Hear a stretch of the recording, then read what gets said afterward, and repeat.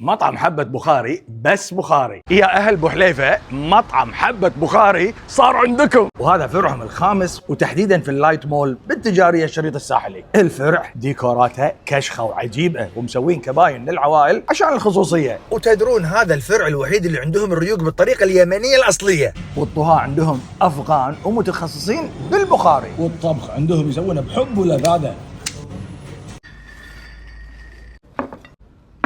العيش عنبر وبخاري، ويك مع دياي الشوايه او دياي مشوي على الفحم، وديايهم دياي اليوم. شوفوا هاللذاذه، نحط عليها امرقه البطاط واليزر والقمه مميزه عند حبه بخاري.